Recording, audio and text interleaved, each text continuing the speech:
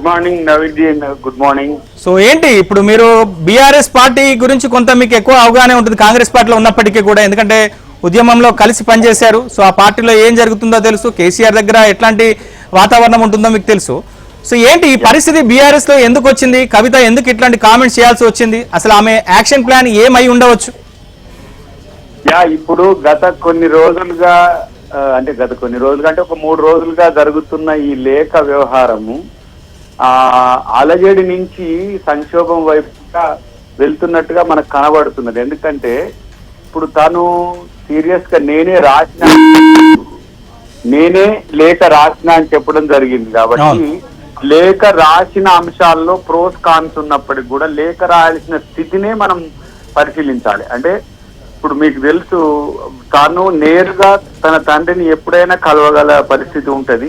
అది హరీష్ రావు విషయంలో ఎప్పుడైనా కలవగలవచ్చు, అటు కేటీఆర్ విషయంలో ఎప్పుడైనా వాళ్ళు కలిసి. కానీ కవితకు హరీష్ రావుకి కేసీఆర్ ఫామ్ హౌస్ లో డోర్స్ క్లోజ్ అయ్యాయని చెప్తారు. ఎందుకంటే ఇప్పటి వరకు కూడా మొన్న కాళేశ్వరం ఇష్యూ అప్పుడే మాత్రమే హరీష్ రావుతో కేసీఆర్ మాట్లాడారు. కానీ పార్టీ ప్లీనరీ సమావేశాలు జన సమీకరణలు ఎక్కడ కూడా హరీష్ రావుతో మాట్లాడలేదు. ఇప్పుడు ఆ గ్యాప్ వచ్చిందని చెప్పడానికే నేను ఈ ప్రయత్నం చేసిన, దాన్ని మీరే క్లించ్ చేసింది. కాబట్టి ఇప్పుడు ఏంటంటే గత కొద్ది సంవత్సరాలుగా వాళ్ళు సెకండ్ కొరకు ఒక ప్రయత్నం చేస్తున్నారు. దాని కొరకు ఈటల రాజేందర్ గారిని బయటికి వెళ్ళగొట్టిన తర్వాత సెకండ్ గా చేయడానికి, కేటీఆర్ ని చేయడానికి కేసీఆర్ పడుతున్న తాపత్రయంలో భాగంగానే ఈ ఉపద్రవం వచ్చిందని నేను అనుకుంటున్నాను. ఎందుకంటే 3 ఈక్వల్స్ మధ్యన 1 పిక్ చేసుకోవాలి ఆయన. కాబట్టి అప్పుడు ఆయన కవితను ఆప్షన్ చేసుకోలేదు. ఎందుకంటే ఉద్యమ కాలం నుంచి కూడా కేటీఆర్ ని లేపడానికి చేసే ప్రయత్నమే ఆయన ఎప్పుడైనా చేసింది. హరీష్ రావు టీం కు, కవిత టీం కి ఎక్కడ కూడా ప్రాధాన్యత లేదు. మీకు బాగా తెలుసు, ఎందుకంటే మీరు జేఏసీతో పాటు టీఆర్ఎస్ అప్పుడు కోఆర్డినేషన్ లో కూడా ఉన్నారు. కాబట్టి అయితే ఇప్పుడు ఏంటి, ఆయనకు తప్పనిసరి పరిస్థితుల్లో తన ప్లేస్ లో ఒక ఆల్టర్నేటివ్ రావాలి, లేదంటే తన తర్వాత ఒక ఆల్టర్నేటివ్ రావాలి. అది హరీష్ రావు కాలేకపోయిందంటే ఏంది, తను కేటీఆర్ కు ప్రయారిటీ ఇవ్వాలని చెప్పకనే చెప్పిండు. చెప్పేసి మన ప్రెస్ మీట్ లో కూడా చెప్పేశాడు, కేసీఆర్ సీఎం చేస్తే తనకు అభ్యంతరం లేదు, కేసీఆర్ మాట జవదాటనని చెప్పని మన ఏబిఎన్ ఆంధ్రజ్యోతిలో మా చైర్మన్ రాధాకృష్ణ గారు చేసిన ఇంటర్వ్యూలో కూడా స్పష్టంగా చెప్పాడు హరీష్. వారికి చిండ్రు తర్వాత రెండోది అతి ముఖ్యమైనది నవ్వించి ఇప్పుడు చూడాల్సింది ఏంటంటే, కేసీఆర్ గతం లాగా బయటకు వచ్చి రాజకీయాలు చేసే పరిస్థితి లేదు. ఆయన ఏమైనా మన బాల్ ఠాక్రే లెక్క, శిబు సోరెన్ లెక్క, వెనకటికి బిజు పట్నాయక్ లెక్క, కరుణానిధి లెక్క ఆయన ఫామ్ హౌస్ కో లేకపోతే ఆయనకు పరిమితమైన రాజకీయ వెసులుబాటు ఉన్నది. ఇప్పుడు ఆ క్రమంలో తన ప్లేస్ ను భర్తీ చేయడానికో తన తర్వాత అనుకోవడానికి ఇప్పుడు కావాల్సిన సందర్భంలో తన రక్త సంబంధాన్ని ఎంచుకున్నాడు, అది కూడా పుత్రుడి సైడే. కాబట్టి ఇప్పుడు కవిత ఈ తిరుగుబాటో లేకపోతే ఈ సెల్ఫ్ సస్టైనబిలిటీ అందామా, లేకపోతే తన అస్తిత్వమే ప్రమాదంలో పడే పరిస్థితిలో ఉన్నది. ఇప్పుడు కేటీఆర్ పోయి హరీష్ రావును కలవగలిగిండు కానీ కవితను కంట్రోల్ చేసుకోలేకపోయింది కదా. చేయలేదు అని అంటే ఏంటి, తను పోటీదారుగా ఉన్నది, తను సెటిల్ సైడ్, అది ఆమెను పక్కన పెట్టాలని అనుకున్నారు. కాబట్టి అది లీకా, లేకపోతే కేసీఆర్ ఆఫీస్ నుంచి లీక్, అది కేటీఆర్ కు అనుకూలంగా వాళ్ళు లీక్ చేసిందా, లేకపోతే కవిత ఇంట్లో ఉన్న వాళ్ళే కవిత కోసమే లీక్ చేసిండ్రా, ఇవన్నీ కూడా ఏదున్నా అది అంతర్గతంగా వాళ్ళ మధ్యన ఉన్న వైరుధ్యాలకి ఇది పరాకాష్ట. గతంలో ఎన్నడూ కూడా ఇప్పుడు ఆలి నరేంద్ర గారు బయటికి వెళ్ళనియండి, లేదు మన విజయశాంతి గారు బయటికి వెళ్ళనియండి, లేదంటే రవీంద్ర నాయక్ గారు లాంటి వాళ్ళు బయటికి వెళ్ళనియండి, ఇవన్నీ కూడా ఇష్యూస్ అయితే ఒక 3 to 4 days అది చర్చ అవుతుంది. ఇక ఈ రోజు వాళ్ళ వార్తలు వేస్తారు. మీరు ఒక మాట అన్నారు, సో కవిత తిరుగుబాటు చేసింది అని చెప్పేసి. కానీ సో ఆమె లేఖ రాసిన దాంట్లో ఆమె నిన్ననే చెప్పారు, నేను లేఖ రాయడం సర్వసాధారణం, ఏ సభలు కానీ ఏ సమావేశాలు జరిగినా పార్టీకి సంబంధించినటువంటి ఫీడ్బ్యాక్ నేను ఎప్పుడు ఇస్తూ ఉంటాను అని చెప్పారు. సరే, ఆమె రాసినటువంటి ఫీడ్బ్యాక్ లో ఎక్కడ కూడా కుట్రలు కానీ, దయ్యాలు కానీ, లేదా ఇంక ఇతరత్ర ఇట్లాంటి పార్టీకి ఇబ్బంది కలిగించేటువంటి వ్యాఖ్యలు ఆమె చేయలేదు. కానీ బీజేపీతో బీఆర్ఎస్ ఫ్రెండ్షిప్ అనేటువంటి జనాలు అనుకుంటున్నారు మీ చర్యల వల్ల అనేటువంటి విషయాన్ని ఆమె చెప్పింది.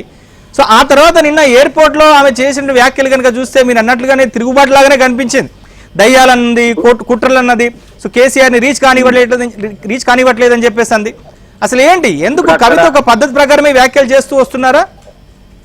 చాలా ప్లాన్డ్ గానే చేసిందని మనం అనుకోవాలి. ఎందుకంటే కేసీఆర్ బొమ్మ లేకుండా ఫ్లెక్సీలు ఉండడము, టిఆర్ఎస్ వాళ్ళు ఎవరు రాకుండా తనకు అనుకూలంగా ఉండే వాళ్ళే ఎయిర్పోర్ట్ పోవడం, ఇవన్నీ కూడా ఒక సంకేతం. అంటే టిఆర్ఎస్ పార్టీ నుంచి కూడా ఒక లైన్ వెళ్ళింది, ఆమె రిసీవింగ్ కు మీరు పోకండి అని చెప్పి. లేకపోతే శంషాబాదో లేకపోతే ఆ ఏరియాలో ఉన్న లోకల్ నాయకులు కూడా టిఆర్ఎస్ వాళ్ళు వెళ్దురు. అంటే ఏంది, ఆయనకు సందిగ్ధమే ఉన్నది కేసీఆర్ కు, తర్వాత పార్టీకి సందిగ్ధమే ఉన్నది. ఇక్కడ మీరు అన్నట్టుగా ఒక దాన్ని మనం చూడండి. ఇప్పుడు మీరు ఆమె లేఖ రాసి ఇవ్వడం అనేది ఆనవాయితీనే అయితే ఎప్పుడు ఏ లేఖలు లీక్ కాదు. మరి అసలు ఆమె లేఖ రాయాల్సిన తన సొంత కూతురే తన అభిప్రాయాలను లేఖతో చెప్పాల్సిన పరిస్థితి ఉందని మనకి ఇప్పుడు బట్టబయలైంది. అంటే అది ఎంతో సుదీర్ఘ కాలంగా కూడా గ్యాప్ మెయింటైన్ అవుతున్నట్టుగా మనం అనుకోవాల్సిన సందర్భం వచ్చింది. కాబట్టి అంటే ఇప్పుడు నేను రేవంత్ రెడ్డి గారికి ఏమైనా మా సీఎం గారికి చెప్పాలనుకుంటే నేను నేరుగా కలిసే చెప్పగలుగుతా, నేనేం పర్సనల్ ఇంటి మనిషిని కాకపోయినా సార్. అట్లా నాలాంటి 100 మంది నాయకులు రేవంత్ రెడ్డి గారినో మహేష్ కుమార్ గౌడ్ గారినో లేకపోతే వాళ్ళ అధినాయకత్వానికి కలిసి చెప్తారు. కానీ ఇక్కడ జరుగుతున్నది ఏంటంటే ఆమె మాటను కూడా ఆయన వినడానికి సిద్ధంగా లేడు గత కొంతకాలంగా అనేది తెలుస్తున్నది ఒకటి. అసలు ఎందుకు ముసుగులో గుద్దులాట?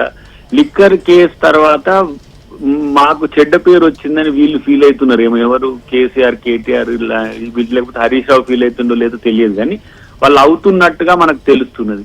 మరి అయితే నేను అనుకుంటున్నా మరి ఈ ఫార్ములా కేసులో ఆయన కూడా అవినీతి ఆరోపణలు ఎదుర్కొంటున్నాడు కదా, కాళేశ్వరం ప్లేస్ లో కేసీఆర్ కూడా అవినీతి ఆరోపణలు ఎదుర్కొంటున్నాడు కదా. ఇప్పుడు ఆమె ఒక విషయాన్ని చెప్పింది దయాకర్ గారు. సో అందరూ నన్ను లిక్కర్ స్కామ్ లో నా వల్లనే పార్టీ ఓడిపోయిందనేటువంటి దుష్ప్రచారం చేస్తున్నారు, నా మీద చాలా నెగిటివ్ ప్రచారం చేస్తున్నారు.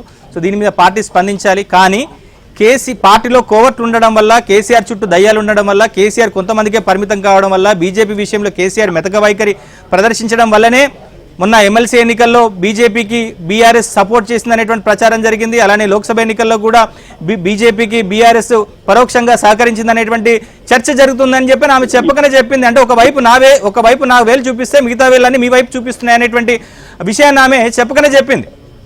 అన్డౌటెడ్లీ మేం చెప్తే రాజకీయం అవుతుండే, ఏది కాంగ్రెస్ చెప్పినా లేకపోతే ఇతర వాళ్ళకి పోటీగా ఉండే పార్టీలు బీజేపీ అంటే చెప్పదు, కానీ బీజేపీతో మీరు అంటగాగడం నాకు నచ్చలేదని చెప్పకని చెప్పిన పరిస్థితి.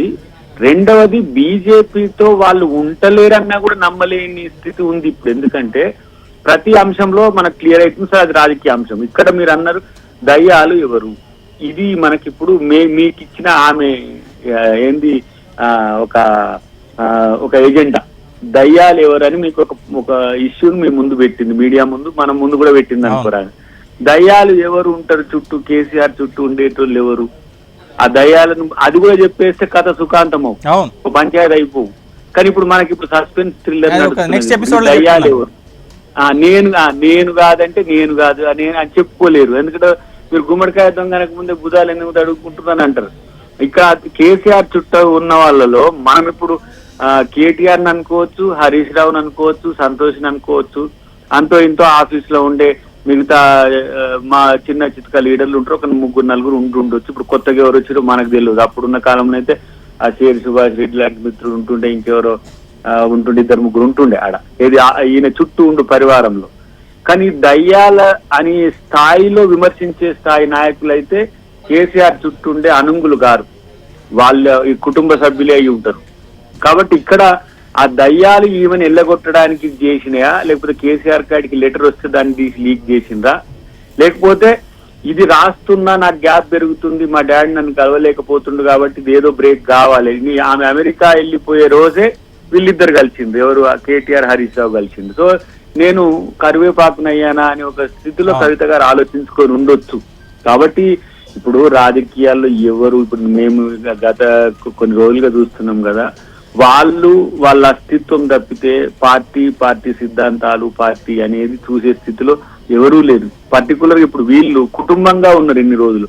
ఎట్ ఏ టైం ఒక వారాంతంలో వాళ్ళు కలిసి ఉన్న అంశాలు ఏందని చర్చించుకొని డిస్పర్స్ అయ్యే స్థితి నుంచి వాళ్ళ కుటుంబంలోనే కలిసి కలవలేని స్థితి ఉన్న పరిస్థితి ఇప్పుడు తెలంగాణ ప్రజలకే కాదు, తెలుగు ప్రజలందరికీ కూడా, దేశవ్యాప్తంగా ప్రపంచవ్యాప్తంగా ఉన్న తెలుగు వాళ్ళందరికీ తెలిసిపోయింది. కాబట్టి ఆమె నిర్ణయం తీసుకునే సమయం ఇది.